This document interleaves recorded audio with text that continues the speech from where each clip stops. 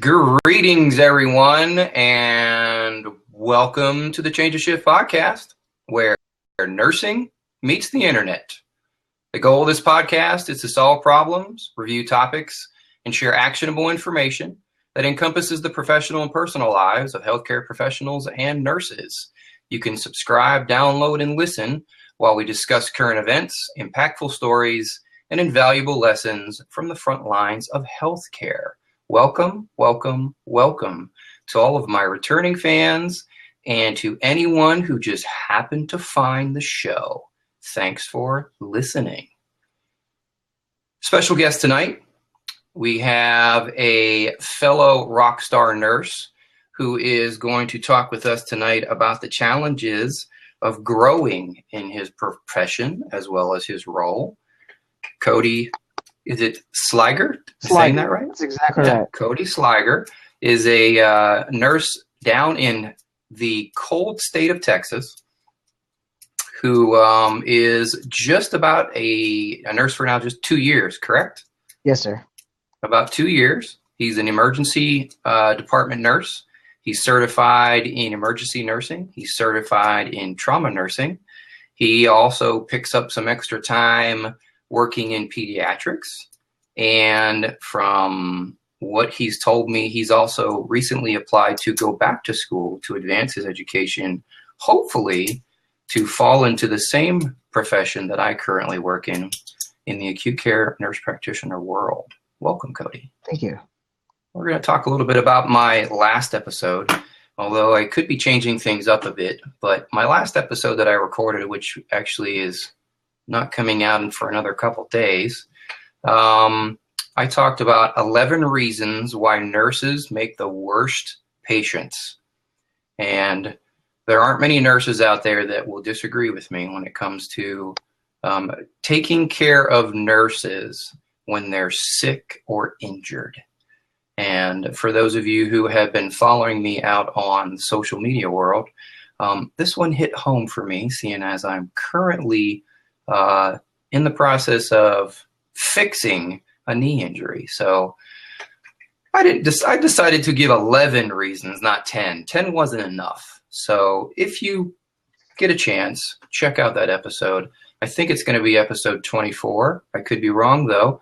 But then again, because of this current episode we're recording, I may switch things up a bit. So everything I'm describing to you might not happen for another week. So I apologize for the confusion.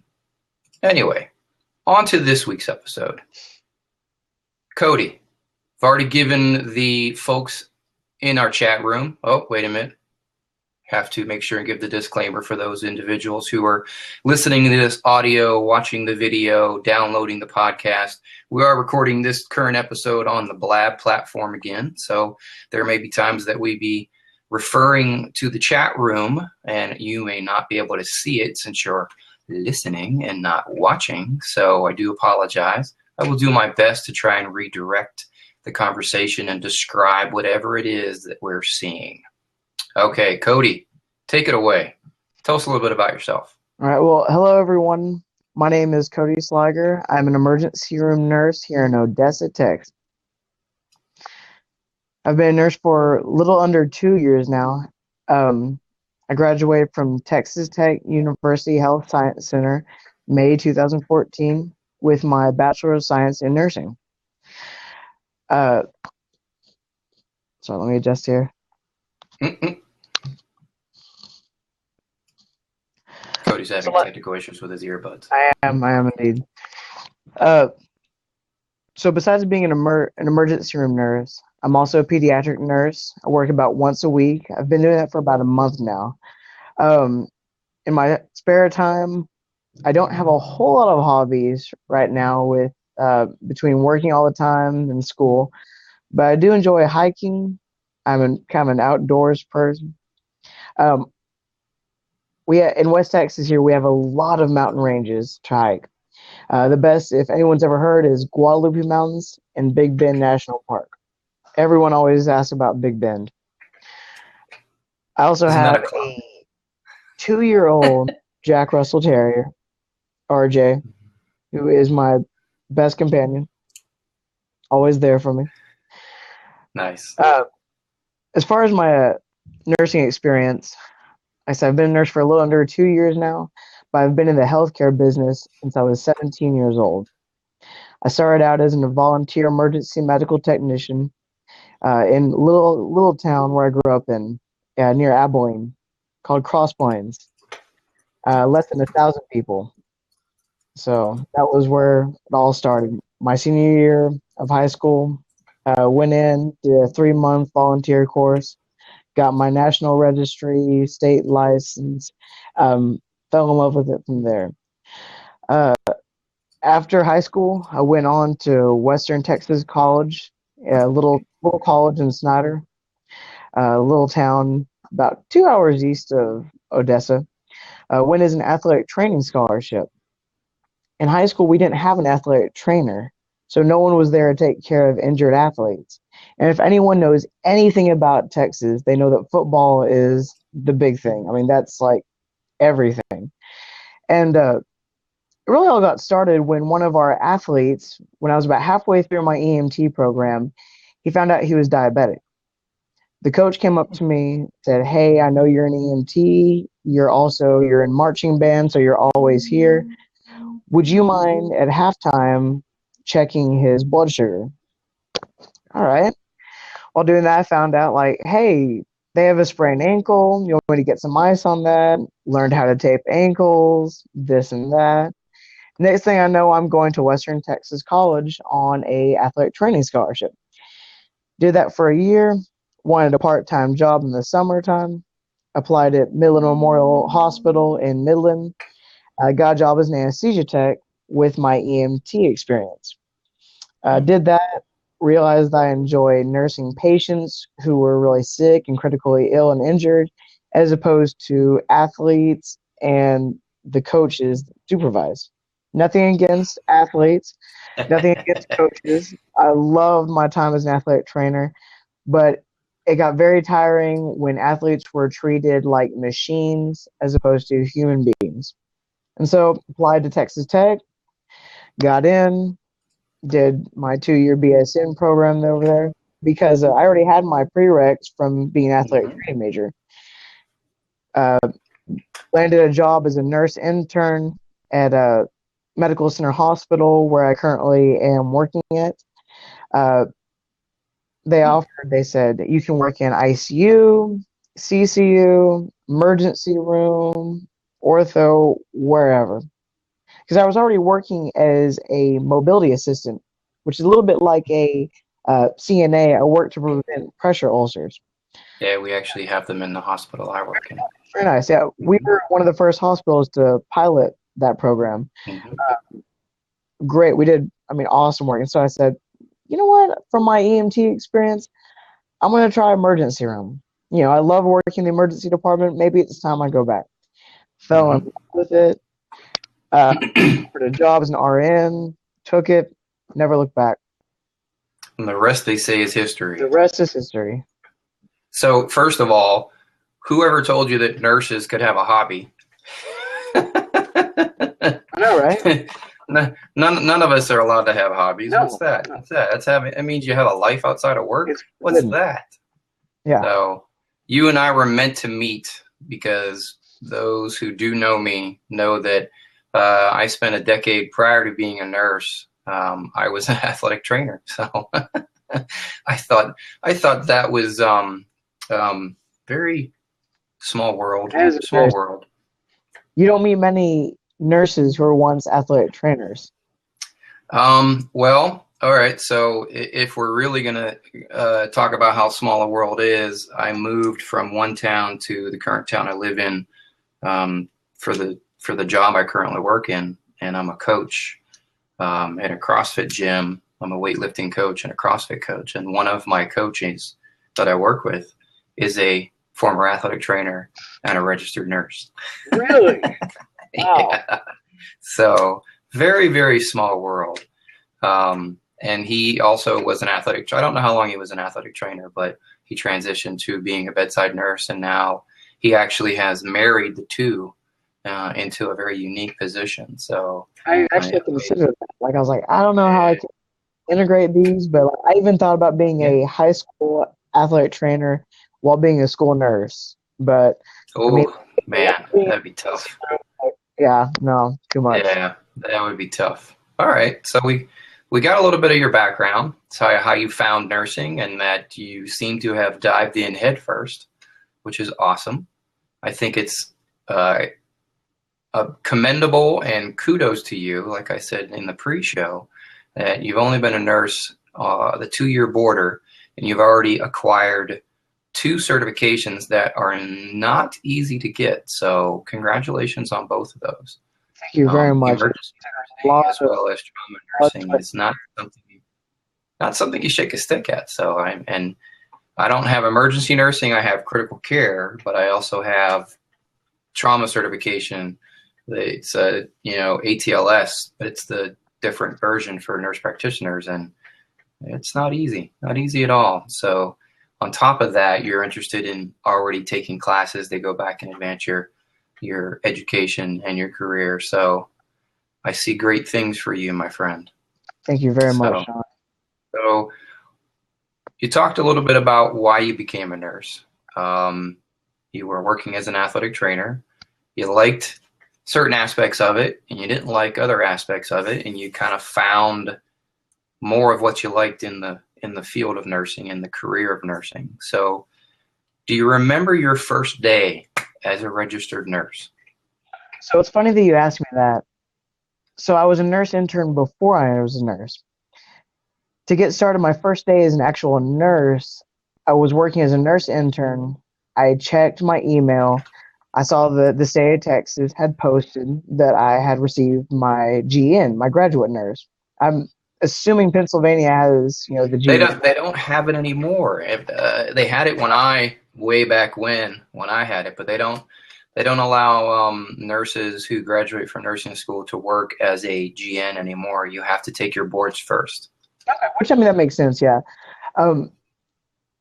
In many states, I know that Texas, New Mexico, Colorado, correct me if I'm wrong, anybody, but with a GN, when you get it, you can practice as a nurse for, I think in Texas it's a few months, I don't know the exact days, but then you have to take your NCLEX to get your RN.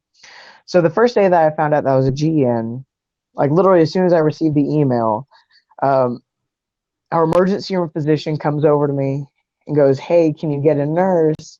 I'm about to do conscious sedation on a patient who dislocated their shoulder, and I need somebody to chart and help." And then he looks over my shoulder and says, "Oh, well, look at that. You have your GN." Our charge nurse comes up to me and goes, "Just get started. Go in there." There you go. My first patient as a actually licensed nurse was a shoulder dislocation patient. That's awesome. That's awesome. All right, well, just throw me. So, that's something you never forget. But my first day as a nurse intern was a bit more memorable. I did a random night shift, and it was one of my first weeks as a nurse intern. The nurse that I was following said, "Why don't you go check on that patient that we just started a NS bolus on?" I walked in, the monitor showed a systole. She was blue. I freaked out, but I was just like, what do I do? I just yelled out at the door, "I need help in here." I started CPR. The emergency room physician that I don't know from Adam, he comes running in, asking me what happened, asking me all these questions. I'm just standing there like, I don't know. I'm just doing CPR. Like, I don't know what you want me to do. And that same night, on another level, that first night we had a pediatric cardiac arrest, traumatic arrest. And so my first night as a nurse intern, I had both an adult cardiac arrest and a pediatric cardiac arrest. I was awake for like 24 hours after that from the adrenaline. Yeah, I can only imagine the rush. One of my friends said, "Man, like, was that hard? Was it awful?" Of course, yeah, it was hard. But I fell in love with the department, the work, everything. Like, so that Once was, again, I'd say you and I have been cut from the same cloth, because when I was a student nurse doing my critical care rotation. Actually, the rotation prior to my critical care rotation. Now this is a decade ago. Getting in the elevator to go upstairs, and it stops on one floor to the next floor, and then when the door opens, there's a nurse and a doctor doing chest compressions on a patient in the elevator. And the doctor points at me and says, "Do you know how to do CPR?" And, of course, get up here.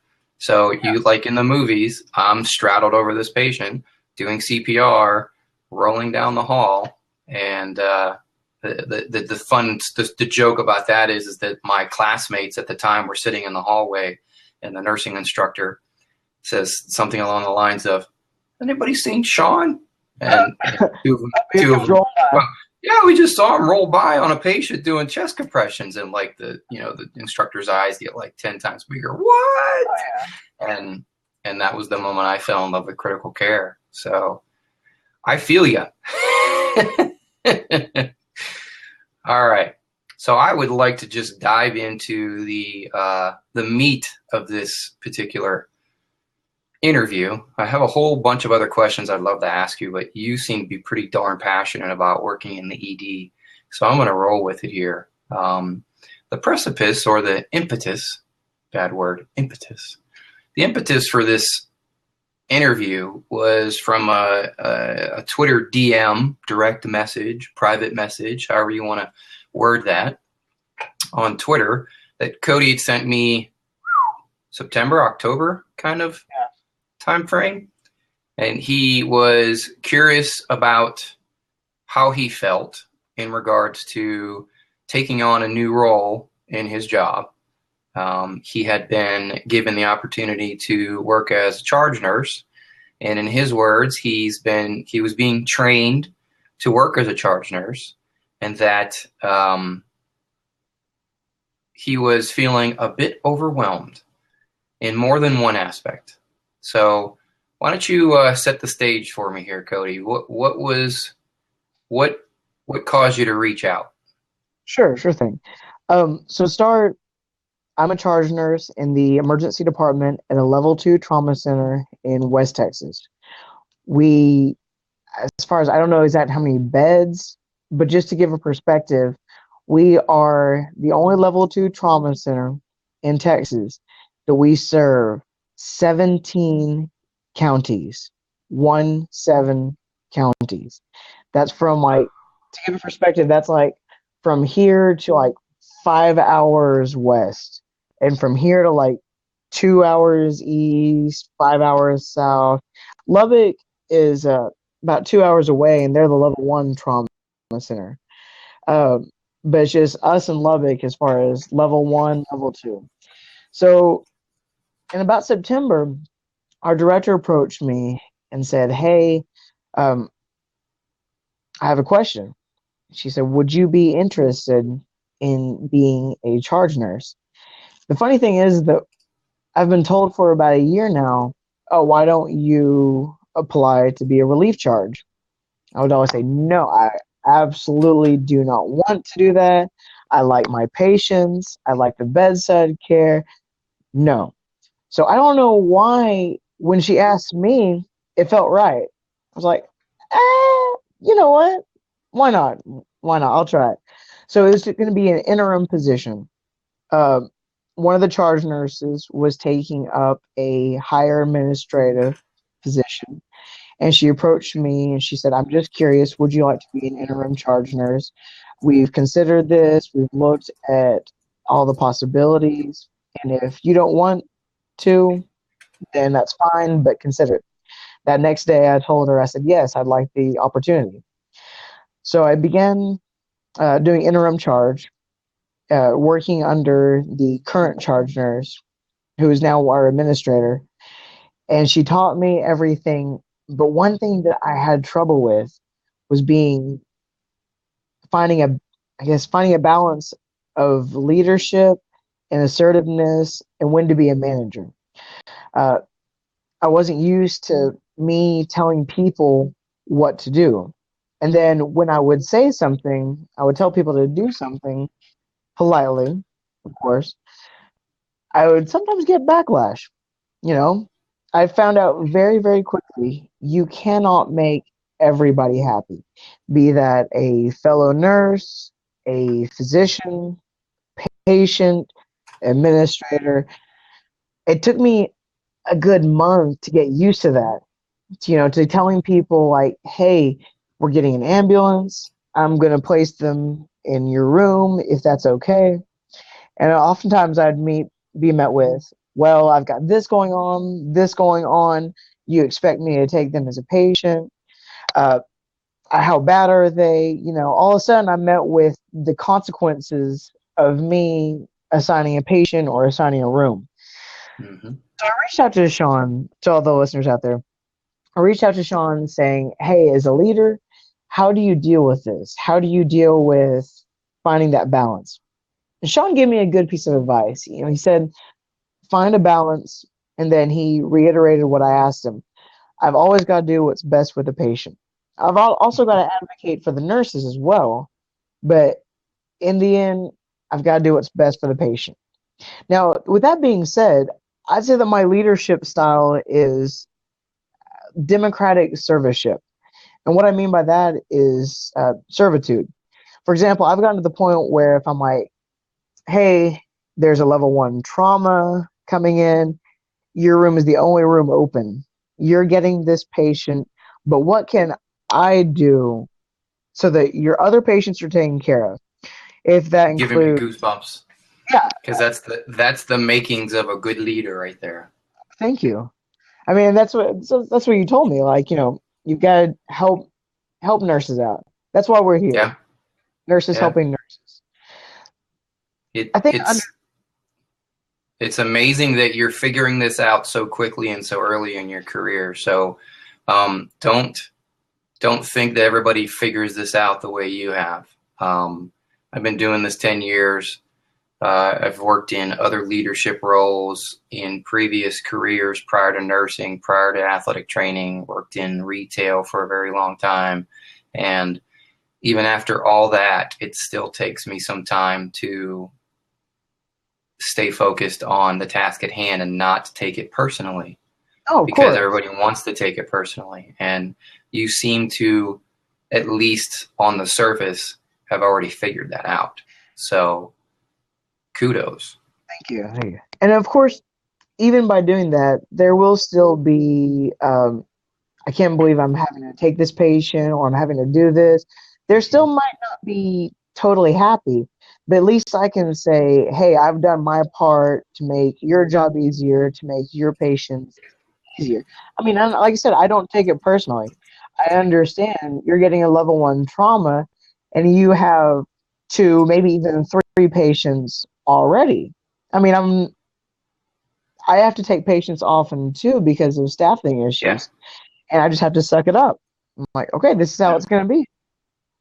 The hard part about nursing is the high level of anxiety, stress, and cockiness that is prolific in our profession, because nurses are always out to prove themselves, whether they're proving themselves to themselves or to their coworker, their charge nurse, their physician partner. So nurses are territorial. Nurses are easily threatened. And my guess, and I'm spitballing here, is that my guess is that there were probably nurses in your unit that probably got a little pissed off because the new guy is telling me what to do. That was a huge thing when I first started. I think when I first started, some people legitimately thought that I was going to come in, try to change everything, try to act like I knew it all. I'm telling my director, I'm like, you know what? For God's sakes, I have a certification, but I don't have the experience some of the nurses have. I don't have the wide range of workplace variety that some nurses have. I'm not the best nurse on the floor, and I don't intend to be. There will be a nurse who's better, and I'm okay with that. The only thing I can do is work to improve myself and work to improve the work environment for the other nurse. I think that the crew that I work with the most, they are all awesome. And the biggest thing about being a charge nurse is having to know each nurse on such a personal level. I can look at one nurse and say, okay, you're great with traumas, you're great with psychiatric patients. Please, by all means, share your expertise with me. I need you. Let's help each other grow. As a charge nurse, I'll be a leader, I'll be an advocate, but I don't consider myself an expert in any way. Now, with that being Mhm. said, nurses can by all means approach me with their questions because that's one of my job is as a charge nurse is to find those answers. If I don't know it, I will figure it out. I will call every department in the hospital, the house supervisor. We've got 9 floors in our hospital. We have 2 intensive care units, 2 step down units, fully, level 2 trauma center operating room. I will call every charge nurse, every staff nurse until I can get it figured out. So let me make sure I have my thoughts straight. So I have 2 thoughts for you. The first thought is that up until probably the last 10 years or 5 years of my life, excuse me, I grew up in a military family. I also served in the military, Marine Corps, and I always believed until recently that you had to walk in my shoes in order to show me how to do my job, meaning that you had to put your time in order to be the best leader. And I'm learning over time that that's not always true, that while I think everybody needs to at least experience the job that you're going to lead, but it doesn't mean that you have to spend 30 years doing it to be the best leader. So that's my first takeaway, is that even though you're a younger leader, that does not make you any less of a leader than someone who's been doing it 5, 10, 15, 20 years. In fact, it might be just the opposite, that you could be bringing new and fresh ideas that might be a better way or a more efficient way to do things. And that being a leader is not always about being able to do the job that others are doing. It's being able to lead, being able to corral your troops. Here I go with the military, corralling your troops to accomplish the task at hand. And the task at hand is taking care of the patients in the best way possible so that you have improved outcomes. And you have already figured that out. So once again, you are wise beyond your years. I had a second thought and I've already lost it, which is horrible of me. But yeah, so, oh, here it is. It's like, it's slam right in the face right there. So back, I think, between episode 1 and episode 10 of this podcast, we had discussed how nurses, the profession of nursing, fails at teaching others how to lead. Meaning, just because you've done the job for 2 years and I throw you into being the charge nurse doesn't mean you're going to be a good leader. In fact, that's how most people fail, is that, you know what, you're a really good bedside nurse. Would you like to be charged? And while that worked out well for you, it doesn't work out well for a lot of other people, because going from managing your small area of the unit to managing the whole unit takes a different set of skills. And while you are the sharpest and the most anal retentive nurse that will get everything done appropriately with the patient you take care of, and that you can, butt heads with the best of them, when it comes to managing the chaos outside of your circle, some people don't perform very well. So the segue into this is, when they were training you to be charge nurse, did you get any tips, tricks, suggestions, a manual, anything that said, here's what you should do when coworker A and coworker B are fighting, or when coworker A meets you with resistance? Did they give you anything to deal with that? They didn't give me obviously a manual or a book or anything like that. Although I did find out that there are a lot of books out there on being a charge nurse. I actually looked into a few of them. The charge nurse that trained me, though, to be a charge, she was awesome with dealing with coworkers and mediating arguments and learning when to actually be authoritative versus mediative. And what I mean by that is when it's time to just say no or just say stop. Um, I also received a lot of tips from the house supervisor that I currently work under. My first few weeks were pretty rocky, and she definitely helped me step by step. It's like, hey, Cody, you're transferring these two patients to Lubbock to level 1 trauma center at the same time. So instead of just being like, all right, sink or swim, you're on your own, she actually came down. She said, are you okay? I said, no, of course, I'm overwhelmed. She goes, have you had lunch? It's 4:30 in the morning, mind you. I said, no, I have not had lunch. Like, what are you talking about? There's no time for that. What's eating? Yeah. And she's, please eat a Snickers bar. I'm like, no, I don't have time for that. I'm trying to get these Isn't there a patients commercial transferred. like that? All right, yeah. Yeah. She said, just take a slow, deep breath. Just do one thing at a time, and it'll all get taken care of. I stayed till about 10 o'clock that morning charting, as long as with the other nurses that I was working with. It was a bad night. Mm-hmm. But we survived. And so, I mean, I'm getting more tips and tricks along the way. I'm finding out that a lot of it, the leadership, there's no one cookie cutter leadership.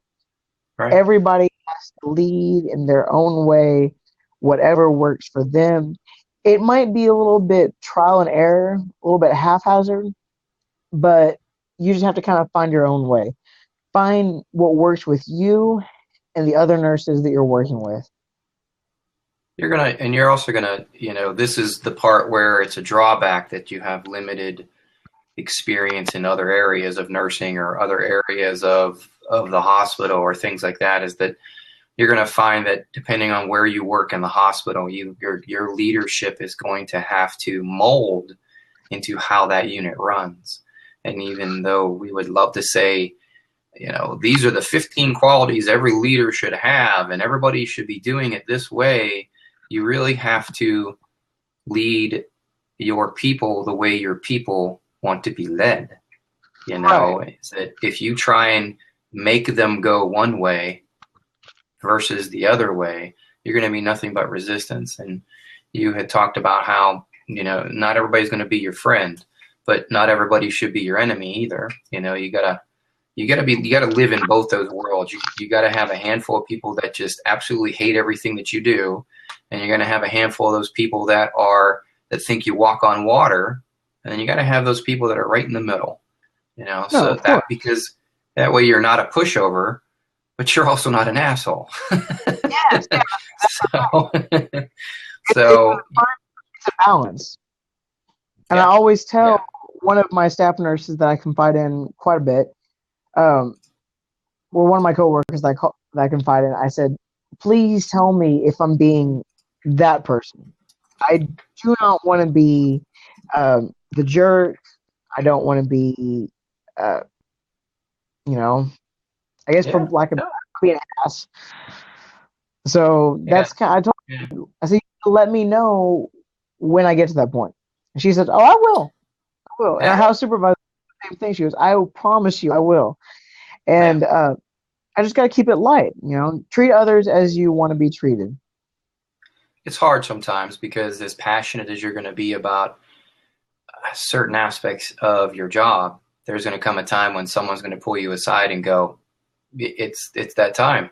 You're being the guy that you can't be.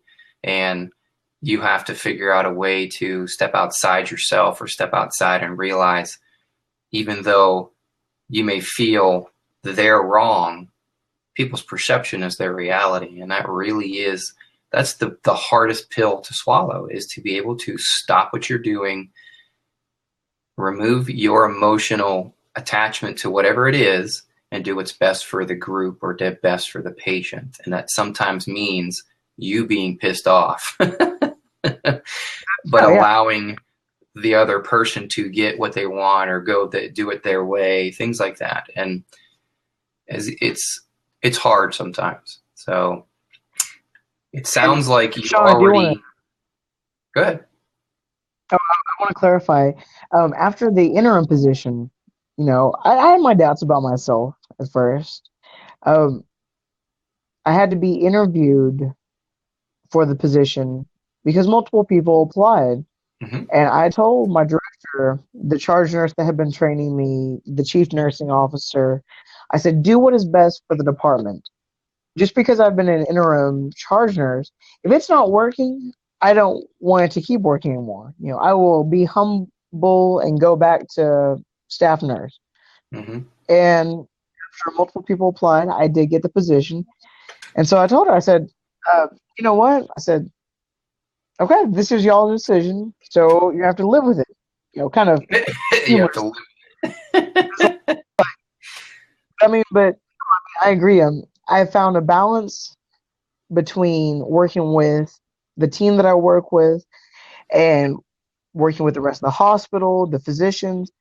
I've learned that I'm not always going to be liked. My ideas will not always be popular. But in the end, I've got to do what's best for the patient and what's best for the nurse. Like I said, my lunch break will go out of the window if I see a staff nurse struggling. If we only have one patient care tech in the emergency department that night, you bet every last dollar that I will be pulling linens, stocking carts, whatever I can do to get all the staff out on time. I can't That's always awesome. promise that, but that's Hmm. what I'm going to do. Yeah, love it. I love it. I'm going to switch gears a little bit now. So you seem to have figured it out, whether it was a combination of help from coworkers, from friends, from other supervisors, from people that trained you, for people that you currently work with and under. And I think a lot of it has to do with your core principles and your personality. So you should really look up one of my podcasts about imposter syndrome. So you should write that down and listen to that podcast because you and I suffer from imposter syndrome. Actually, every nurse does at some point in their career. So I want to switch gears a little Definitely bit look that up. and let's talk about you are not alone in that sequence of events that you just described. Every nurse in every unit across the nation, regardless if it's critical care, emergency, med surge, OB, peds, it even happens in offices. Everyone seems to follow through that process the way that you did. You work for a year and a half, 2 years, sometimes less because the turnover ratios in units seems to be pretty high these days, even though they claim there's no nursing jobs out there. I haven't quite figured that one out. But um, what would you want to say to the next nurse that's going to do exactly what you just did? That you're going to be the nurse that has to look to another coworker, or maybe someone's going to message you like you messaged me and say, "I just been offered an interim position for charge.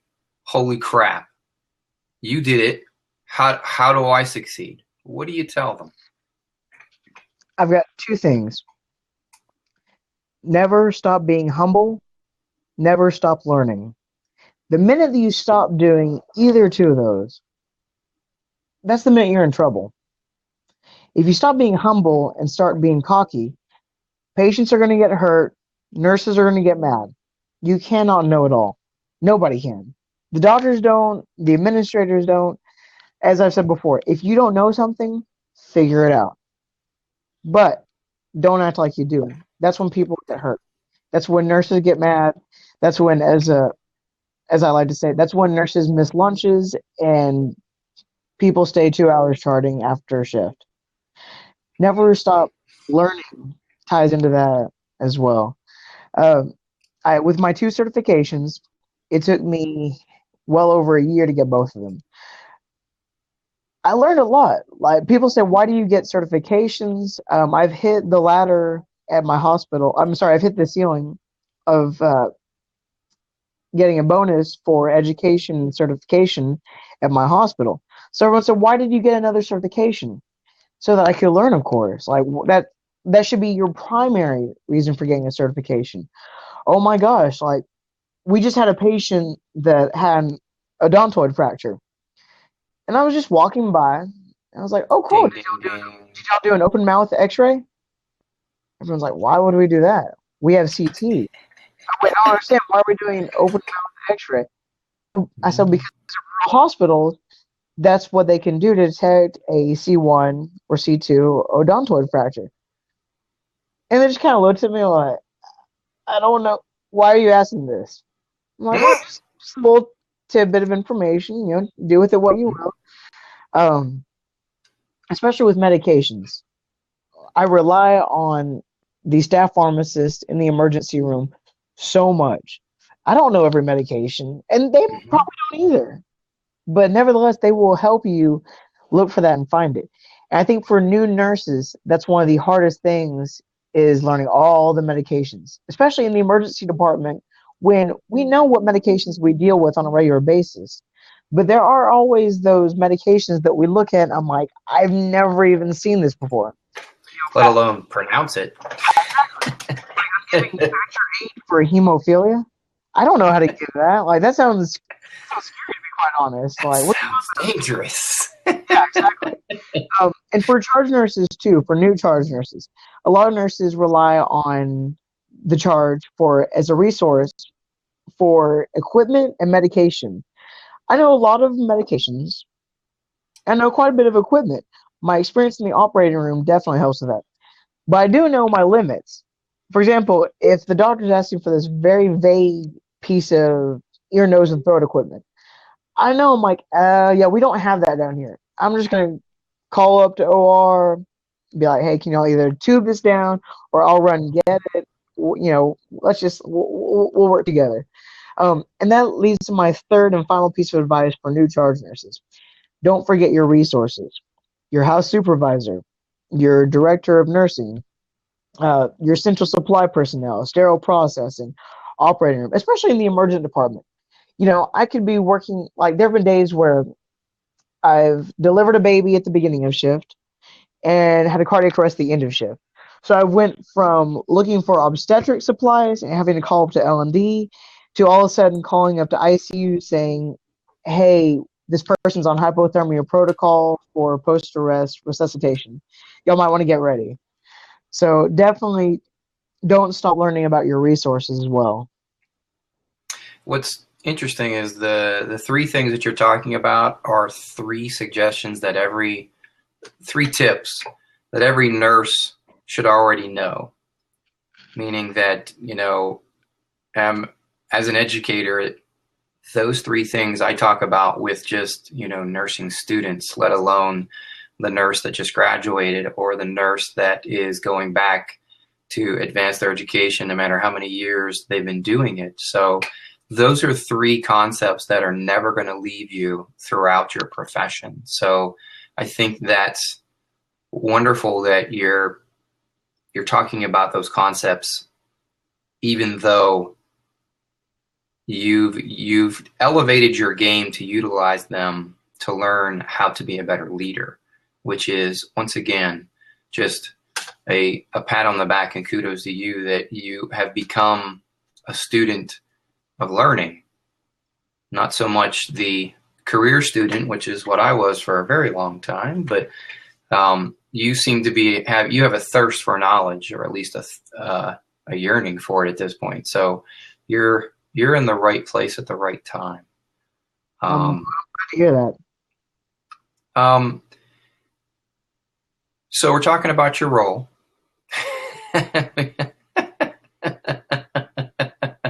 I'm laughing because one of our visitors, one of our Twitter friends, Nurse Pammy, is saying, don't try to tell doctors that. And Nurse Pammy is currently going back to school, and she says she's probably going to die in school. So Pammy has been a longtime listener and a longtime fan ever since this podcast was created. So she's a LPN, and I believe, if I'm not mistaken, she should be going back for her RN these days or making strides to do so.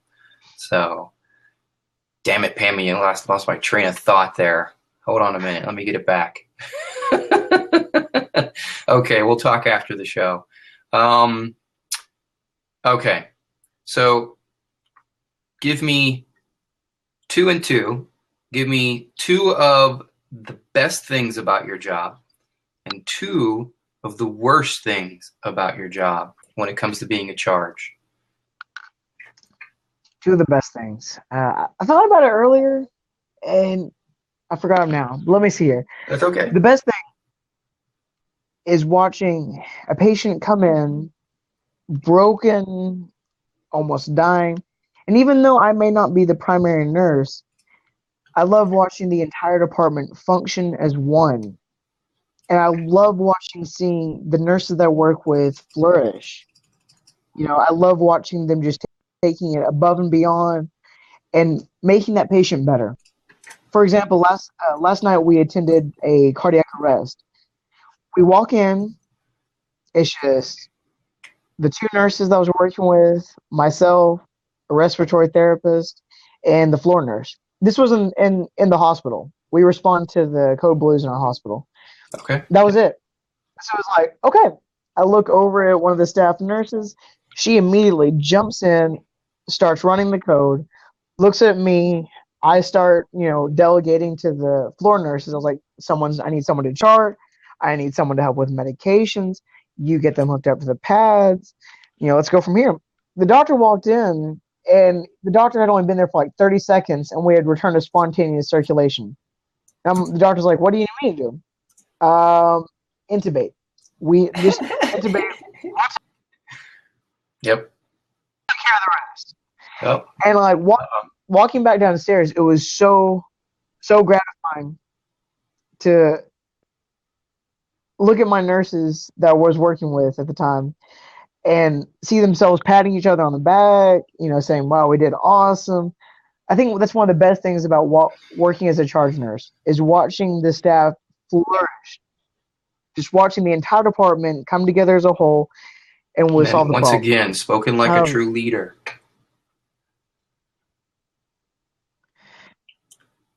The second best thing about being charge nurse is I get to see a little bit of everything in every patient.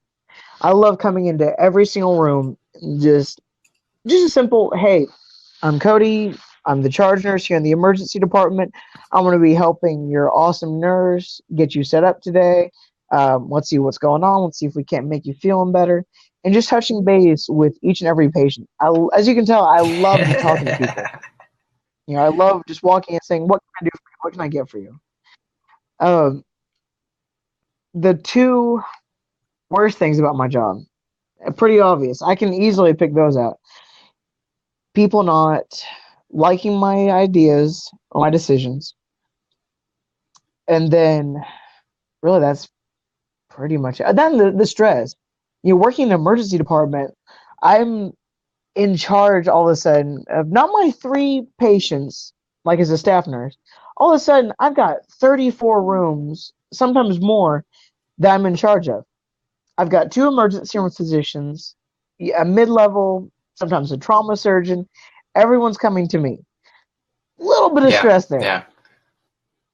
So I'd say those are the 2 best and 2 worst. It's good to see you struggle to find the negative. I hope it stays that way. So you just went over the cusp of the 2-year mark, and it's a joke that nurses they go through this transformation after 2 years. I call it the 2-year itch.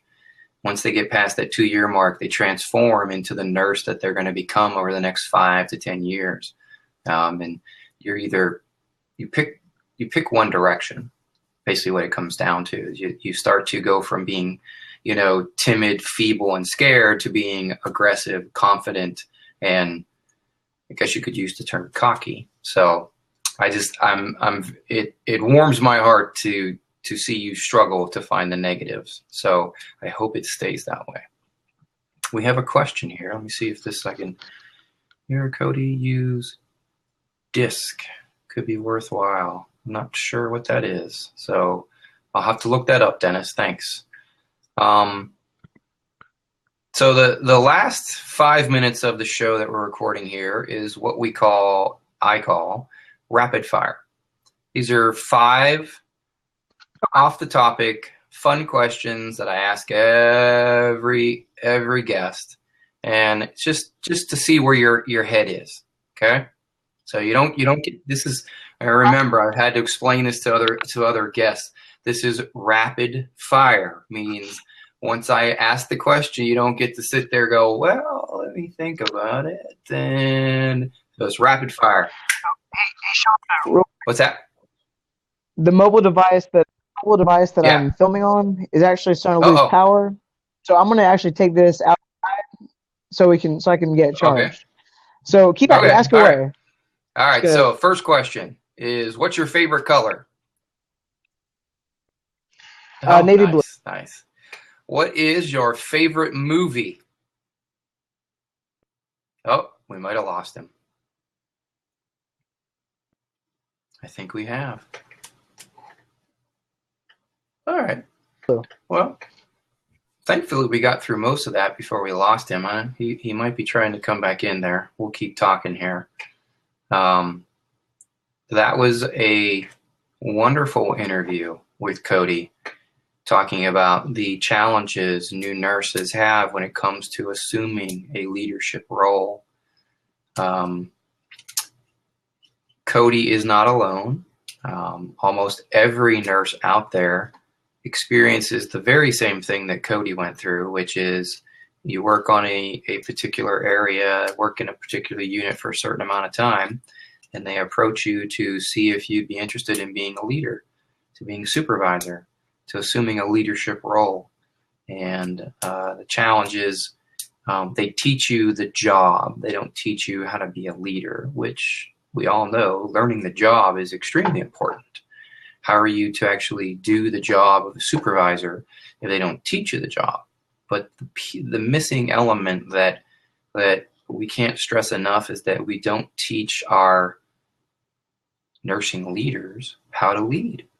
And it's a source of stress, anxiety, and it's a source of burnout. It's a source of nurses leaving the profession. Looks like Cody's definitely having some connection issues, so he's going to try and reconnect here. What I'm gonna do is close you out, Cody, and see if you can call back in. Yeah. I'll unlock it, and we'll see if we can get him back in here. Oh, look at that. That was quick. We're standing by to see if Cody can reconnect. Doesn't look like it. That's okay. We'll keep talking here. So the challenge is trying to teach our leaders how to lead. It seems that Cody has already started to figure that out. Many qualities, some of the best leaders out there share some of the same qualities that Cody had. And I think one that stands out the most is that he thinks of the team as a whole, not as individual parts, which is, I think, the key to success when it comes to assuming a leadership role in our profession. And I'm excited to see where this young man goes, because I'm hoping that he can fulfill his goals of getting into the acute care nurse practitioner program in his area of the world. I foresee him doing a lot of great things. Probably going to end the recording at this point. So we'll do a little bit of post-show. It'll go off the record. As always, thank you for tuning in. This has been the Change of Shift podcast, where nursing meets the internet. Just a reminder, The goal of this podcast is to solve problems, review topics, and share actionable information that encompasses the professional and personal lives of healthcare professionals and nurses. You can subscribe, download, and listen while we discuss current events, impactful stories, and invaluable lessons from the front lines of healthcare. I have been your host, Sean Dent. You can find the podcast out on the internet at thechangeofshift.com. Right there, you can subscribe to us, find us on iTunes or any of the other podcatchers that are out there. This particular podcast is part of my media venture, my media project. It's going to be called Sean Dent Spark Media. Shh, don't tell anybody. Ha ha. You can find all of that information on SeanDent.com. For all of my listeners who have come and gone, for all of my seasoned listeners, and for all of my new listeners, thanks for hanging out. Hope you enjoyed it. And as always, check your own pulse first.